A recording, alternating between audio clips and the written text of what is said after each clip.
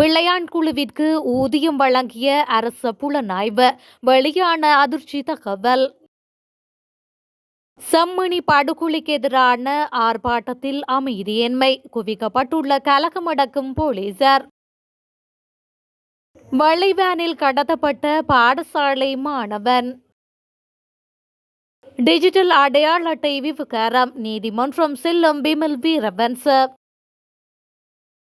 அடுத்த தேர்தலில் அனுரரசை வீட்டுக்கு அனுப்பி வைப்போம் அடித்து கூறுகின்றது ஐக்கிய மக்கள் சக்தி.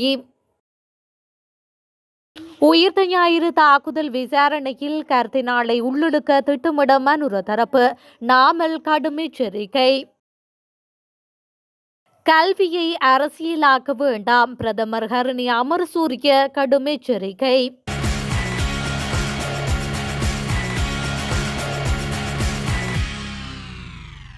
ஈஸ்டர் குண்டு தாக்குதல் தொடர்பான விசாரணையில் ராணுவ புலனாய்வு அதிகாரியான ஸ்ரேசாலி பற்றிய விசாரணைகளும் ஆரம்பிக்கப்பட்டுள்ளன. ராணுவ புலனாய்வு அதிகாரியான ஸ்ரேசாலி கட்டுநாயக்க விமான நிலையத்திலிருந்து வெளியேறாத வகையில் கட்டளை ஒன்றும் வழங்கப்பட்டுள்ளது.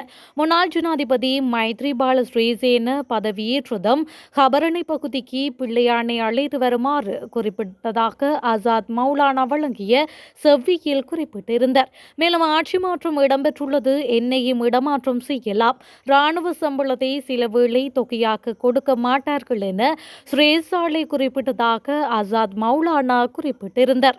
அப்படியாயின் துணை ஆயுத குழுக்களாக இயங்கியதற்கு நல்லாட்சி அரசாங்கம் பிள்ளையான் குழுவுக்கு ஊதியம் அரசு தரப்பில் வழங்கியதை ஆசாத் மௌலானாவின் கூற்று உறுதிப்படுத்தியுள்ளமையும் குறிப்பிடத்தக்கது. செம்மணி படுகொலைக்கு எதிர்ப்பு தெரிவித்து தற்பொழுது கொழும்பு புகையிரத நிலையத்திற்கு முன்பாக ஆர்ப்பாட்டம் ஒன்று முன்னெடுக்கப்பட்டு வருகின்றது. நீதிக்கான மக்கள் சக்தி அமைப்பினரால் இந்த ஆர்ப்பாட்டம் முன்னெடுக்கப்பட்டுள்ளது. குறித்த ஆர்ப்பாட்டத்தில் சிவில் சங்க உறுப்பினர்கள், ஆசிரியர் சங்கத்தின் செயலாளர் ஜோசப் ஸ்டாலின் மற்றும் பொதுமக்கள் என பலர் கலந்து கொண்டுள்ளனர். தமிழ் முற்போக்கு கூட்டணியின் தலைவர் மெனோ கணேசனும் கட்சியின் உறுப்பினர்களும் கலந்து கொண்டுள்ளமையும் குறிப்பிடத்தக்கது. அதன்போது ஆர்ப்பாட்டக்காரர்கள் ஆர்ப்பாட்டத்தை பேரணியாக்க முன்னோக்கி நகர்த்த முற்பட்ட வேளை போலீசாருக்கும் ஆர்ப்பாட்டக்காரர்களுக்கும் இடையே வாய்தர்க்கம் ஏற்பட்டு அமைதியின்மை ஏற்பட்டுள்ளது. தற்பொழுது போராட்ட களத்தில் கலக்கமுடுக்கும் போலீசாரும் குவிக்கப்பட்டுள்ளமை குறிப்பிடத்தக்கது. மக்கள் வழங்கிய ஆணையை உதாசீனம் செய்யும் வகையில் அனுர அரசு செயற்படுகின்றது. எதிர்வரும் தேர்தலில் இந்த அரசை வீட்டுக்கு அனுப்பி வைப்போம் என ஐக்கிய மக்கள் சக்தியின் பொதுச் செயலாளர் ரஞ்சித் மத்தும பண்டார் எம்பி தெரிவித்துள்ளார். கொழும்பு கோட்டை நீதவான் நீதிமன்றத்திற்கு நேற்று வழக்கு விசாரணைக்காக சென்றதன் பின்னர் ஊடகங்கள் எழுப்பிய கேள்விக்கு பதிலளிக்கையிலேயே அவர் இந்த விடயத்தை கூறியுள்ளார். அங்கவர் மேலும் தெரிவிக்கையில், திருடர்களை பிடிப்பதற்கும் ஊழல் மோசடிகளை இல்லாதொழிப்பதற்கும் நாங்கள் எதிர்ப்பு தெரிவிக்கவில்லை. ஊழல் எதிர்ப்புக்கு நாங்கள் முழுமையான ஒத்துழைப்பு வழங்குவோம். ஊழல் என்று குறிப்பிட்டுக் கொண்டு எதிர்க்கட்சிகளின் உறுப்பினர்களை அச்சுறுத்துவதாயின் அதற்கு எதிர்ப்பு தெரிவிப்பதற்காகவே நாங்கள் ஒன்றிணைந்துள்ளோம். நீதிமன்றம் சுயாதீனமான முறையில் செயல்படும் என்ற நம்பிக்கை எமக்கு உண்டு. ஊழல்வாதிகளை பிடிப்பதற்காக இந்த அரசு தேர்தல் பரப்புரை மேடைகளில் குறிப்பிட்டது. பல பில்லியன் ரூபாய் மோசடி செய்தவர்கள் உள்ளார்கள். அந்த வழக்குகளுக்கு முன்னுரிமை வழங்க வேண்டும். வெளிநாடுகளில் பதுக்கி வைத்துள்ள சொத்துக்களை முடக்குவதாக குறிப்பிட்டார்கள். உகாண்டாவில் இருந்து நிதியை கொண்டு வருவதாக குறிப்பிட்டார்கள். ஆனால் இன்று அவற்றை மறந்துவிட்டு பிரதான எதிர்க்கட்சியை முடக்கும் செயற்பாடுகளில் அவர்கள் ஈடுபடுகின்றார்கள் என்று அவர் மேலும் தெரிவித்துள்ளார். பெலியந்தலை தேசிய பாடசாலையில் கல்வி கேட்கும் மாணவன் ஒருவன் வெள்ளை வேனில் வந்த ஒரு குழுவினரால் கடத்தி செல்லப்பட்டுள்ளதாக ககதுடுவ போலீசார் தெரிவித்துள்ளனர். தரம் 11 கற்கும் மாணவன் நேற்று மாலை 4 மணியளவில் மேலதிக வகுப்புக்கு செல்வதற்காக சைக்கிளில் சென்று கொண்டிருந்த போது இந்த சம்பவம் இடம்பெற்றுள்ளது. மேலும் கடத்தப்பட்டதாக கூறப்படும் 15 வயது மாணவன் ரத்னபுரி பகுதியில் வெள்ளை வேனில் இருந்து குதித்து தப்பி சென்றுள்ளதாக ககதுடுவ போலீசார் தெரிவித்துள்ளனர். ககதுடுவ போலீசார் வேனையும் சிறுவனை கடத்தியதாக கூறப்படும் நபர்களையும் கைது செய்வதற்காக விசேட விசாரணைகளை ஆரம்பித்துள்ளதாக சிரேஷ்ட போலீஸ் அதிகாரி ஒருவர் தெரிவித்துள்ளார். டிஜிட்டல் அடையாள அட்டைக்காக மக்களது தரவுகளை பலாத்காரமாக பெற்றுக்கொள்ள முடியாது. இதற்கெதிராக நீதிமன்றம் செல்வோம் என தேசிய சுதந்திர முன்னணியின் தலைவரும் முன்னாள் நாடாளுமன்ற உறுப்பினருமான விமல் வீரவன்ச தெரிவித்துள்ளார். கொழும்பில் உள்ள தேசிய சுதந்திர முன்னணியின் காரியாலயத்தில் நேற்று நடைபெற்ற ஊடகவியலாளர் சந்திப்பின் போதே மேற்கண்டவாறு குறிப்பிட்டுள்ளார். அங்கு மேலும் அவர் தெரிவித்ததாவது, இந்தியா தெற்காசிய வலயத்தில் பல குழப்பங்களை உருவாக்கிய நாடு. குறிப்பாக விடுதலை புலிகள் அமைப்பிற்கு ஆயுத பயிற்சி, பணம் வழங்கியது மட்டுமல்ல, எமது நாட்டை பிளவுபடுத்துவதற்கு தமிழ் கிளர்ச்சி குழுக்களுக்கு பணம் வழங்கி ஊக்குவித்துள்ளது. அது மட்டுமல்ல, எமது அரசியலில் நேரடியாக தலையிடுவதோடு இன்றும் எதிர்க்கட்சிகளுக்கு பணம் வழங்குகின்றது. ஆதலால் அவர்கள் இது தொடர்பில் வாய் திறக்காமல் இருக்கின்றனர்.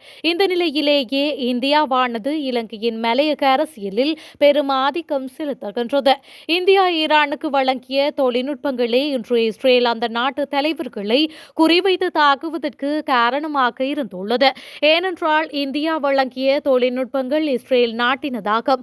அத்தரவுகளை கொண்டு இஸ்ரேல் தாக்குதல் நடத்தியுள்ளது. இவ்வாறான சம்பவங்களை நோக்கும் போது எமது தரவுகளை பெற்றுக்கொள்ளும் இந்தியாவின் நிலைப்பாடு ஏதுவாக இருக்கும் என ஊகிக்க முடியும். இந்த விடயத்தில் ஜனாதிபதி அனுர தற்போது மௌனம் காக்கின்றார் என்றும் மேலும் அவர் குறிப்பிட்டுள்ளார். உயிர்த்த ஞாயிறு குண்டு தாக்குதல்கள் தொடர்பான விசாரணைகளை தற்போதைய ஸ்ரீலங்கா அரசாங்கம் பேராயர் கர்தினால் மெல்கம் ரஞ்சித் ஆண்டகை மீது திசை திருப்ப அரசாங்கம் முயற்சிப்பதாக நாடாளுமன்ற உறுப்பினர் நாமல் ராஜபக்ஷ தெரிவித்துள்ளார். கொழும்பில் நேற்று நடைபெற்ற நிகழ்வின் பின்னர் ஊடகங்களுக்கு கருத்து தெரிவிக்கையிலேயே அவர் மேற்கண்டவாறு குறிப்பிட்டுள்ளார். தேசிய மக்கள் சக்தியின் அரசியல் செயற்பாட்டாளர்களாக செயல்பட்ட சாணி அபேசேகர மற்றும் ரவிசினவரத்ன ஆகியோரின் நியமனம் தொடர்பில் அமைச்சர் பிமல் ரத்நாயக்க குறிப்பிட்ட விடயம் பாரதூரமானது. இவ்விருவரும் மக்கள் விடுதலை முன்னணியின் ஊடக சந்திப்புகளை நடாத்தியவர்கள். இதற்கமைய அமைச்சர் பிமல் ரத்நாயக்க குறிப்பிட்ட விடயத்தின் உண்மையை கத்தோலிக்க சபை வெளிப்படுத்த வேண்டும். இதன்படி உயிர்த்த ஞாயிறு குண்டு தாக்குதல்கள் தொடர்பான விசாரணைகள் சிறந்த முறையில் முன்னெடுக்கப்படுவதாக அரசாங்கம் குறிப்பிடுவது வரவேற்கத்தக்கது. தேர்தல் காலத்தில் தேசிய மக்கள் சக்தி குறிப்பிட்ட பொய்களுக்கு அப்போதுதான் முடிவு கிடைக்கும். ஜனாதிபதியின் பொது மன்னிப்பு விவகாரம் மற்றும் கொள்கலன் விடுவிப்பு விவகாரத்தில் அரசாங்கத்தின் முறைகேடான செயற்பாடு அரசு அதிகாரிகள் மீது சுமத்தப்பட்டுள்ளது. அரசு சேவையாளர்கள் அரசாங்கத்திற்கு எதிராக வெகு விரைவில் குரல் எழுப்புவார்கள். அரசு சேவையை வினைத்திறனாக்குவதாக குறிப்பிட்டுக் கொண்டு அச்சேவையை அரசியல் மயப்படுத்தும் வகையில் அரசாங்கம் செயல்படுகின்றது. அரசாங்கத்தின் செயற்பாடுகளை மக்கள் வெகு விரைவில் விளங்கிக் கொள்வார்கள் என்று நாமல் ராஜபக்ஷ மேலும் தெரிவித்துள்ளார். புதிய கல்வி சீர்திருத்தங்களில் வரலாறு மற்றும் வழக்கியல் பாடங்கள் நீக்கப்பட்டுள்ளன என்ற பொய்யான மற்றும் அரசியல் நோக்கமுடைய பிரசாரங்கள் பரப்பப்படுவது மிகவும் கவலைக்குரியது என கல்வி மற்றும் உயர்கல்வி அமைச்சர் பிரதமர் ஹரணி அமரசூரிய தெரிவித்துள்ளார். மேல் மாகாண சபை கேட்போர் கூடத்தில் இன்று நடைபெற்ற மேல் மாகாண கல்வி அதிகாரிகள் சந்திப்பு நிகழ்வில் பிரதமர் மேற்கொண்டவாறு குறிப்பிட்டுள்ளார். மேலும் கருத்து தெரிவித்த அவர், புதிய கல்வி சீர்திருத்தத்தின் கீழ் வரலாறு, அழகியல் மற்றும் ஒரு தொழிற்கல்வி பாடம் படிப்பது கட்டாயமாக்கப்பட்டுள்ளது. இவை நீக்கப்பட்டதாக பரப்பப்படும் தகவல்கள் முற்றிலும் பொய்யானவை. மனித குணங்கள் வளர சமூக விழிப்புணர்வை ஏற்படுத்த இந்த பாடங்கள் அவசியமானவை. அதனால் அனைத்து மாணவர்களுக்கும் இவை கட்டாயமாக வழங்கப்படும். அத்தோடு கல்வியை அரசியலாக்கும் நோக்கத்தோடு தவறான தகவல்களை பரப்புவதை தவிர்க்க வேண்டும் என்றும் கல்வி மற்றும் குழந்தைகளின் எதிர்காலத்தை பாதுகாக்க அனைவரும் பொறுப்புடன் நடந்து கொள்ள வேண்டும்.